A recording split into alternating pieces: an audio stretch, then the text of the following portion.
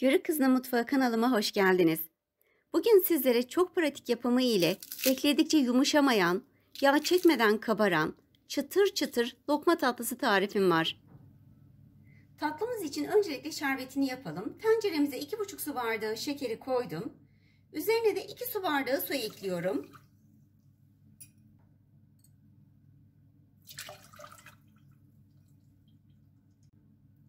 Bir yemek kaşığı kadar da limon sıkıyorum.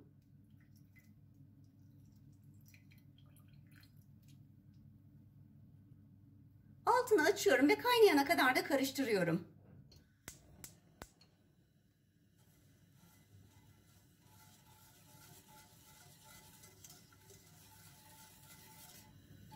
Karıştırmamın sebebi şekerlenmesini önlemek için böyle bir işlem yapıyorum.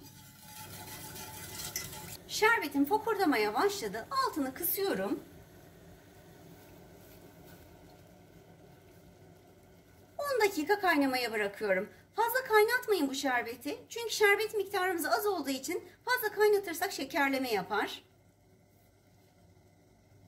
Şerbeti ocaktan alıyorum. Bir kaba boşaltıyorum ve soğumaya bırakıyorum. Lokmanın hamurunu yoğuralım. Bunun için kabımıza 2 su bardağı ılık suyu katıyorum.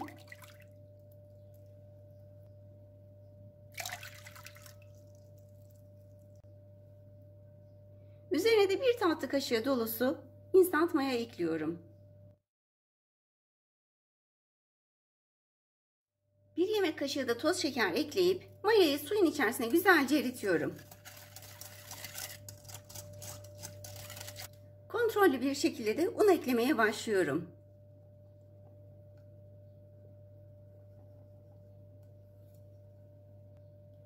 Unun üzerine de kaşığın ucuyla tuz atıyorum.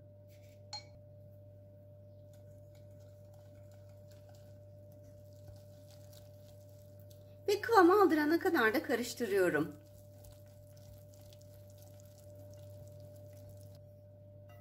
Biraz daha fazla cıvık, o yüzden tekrar un ekliyorum.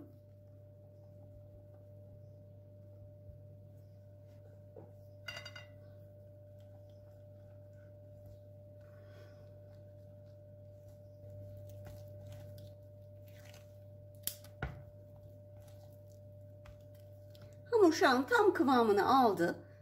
Gördüğünüz gibi böyle çok katı bir hamur değil, çok aşırı cıvık bir hamur da değil. Ama biraz akıcı olması gerekiyor hamurumuzun. Gördüğünüz gibi böyle çektikçe uzayan bir hamur. Ben toplamda 3,5 su bardağı un kullandım. Ama her unun kıvam aldırması farklıdır. O yüzden kontrollü katmalısınız.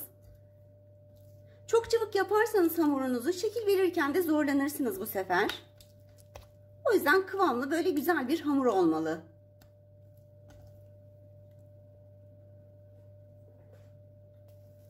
Hamurumun üzerine streç filmle kaplıyorum.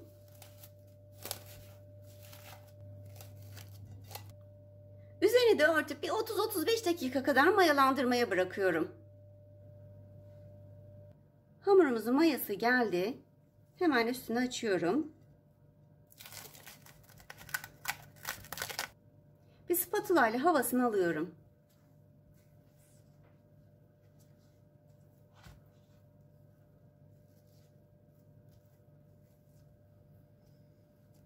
Hamurumu ben böyle bir pet şişeye boşalttım. Gördüğünüz gibi. En kolay elle boşaltılıyor. Onu da söyleyeyim. Huni denedim, olmadı. O yüzden elimle içerisine hamuru boşalttım. Kapağın ucunu da bu şekilde yuvarlak haliyle deldim. Buradan makasla kesip yağın içerisine atacağız. Makasımın ucunu yağladım. Hamurumdan kesiyorum makasla. Yağım da sıcak.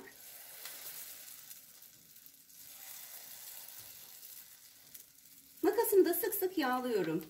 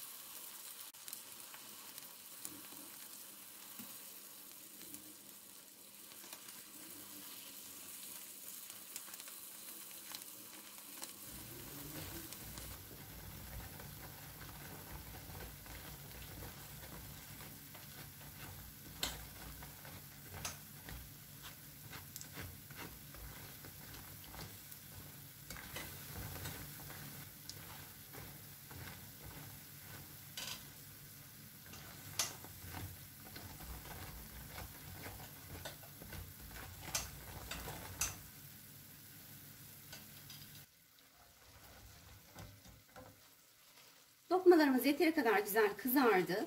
Soğuttuğumuz şerbetin içerisine atıyorum.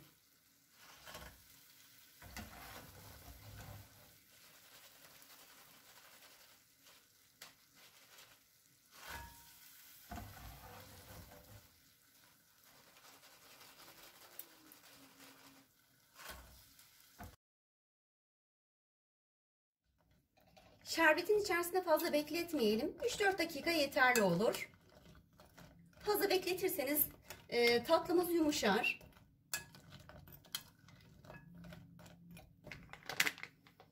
Benim artık son hamurlarım.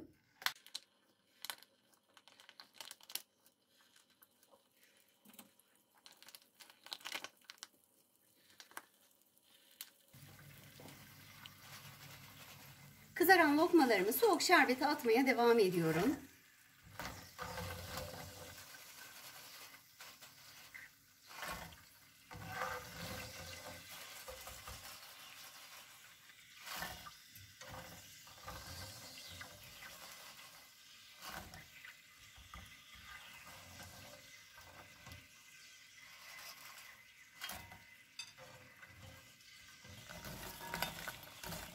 Şerbette de yine söylediğim gibi 3-4 dakikadan fazla bekletmeyelim.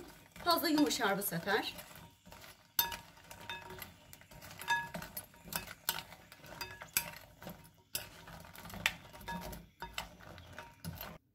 Lokmalarımızın hepsini böyle kızarttım ve şerbetinden de çıkarttım. Gerçekten muhteşem oldular. Çıtır çıtır da oldu. Üstelik 3-4 günü en az çıtırlığını da kaybetmiyor bu lokmalar. Sizlere şöyle bir de doku testi yapmak istiyorum.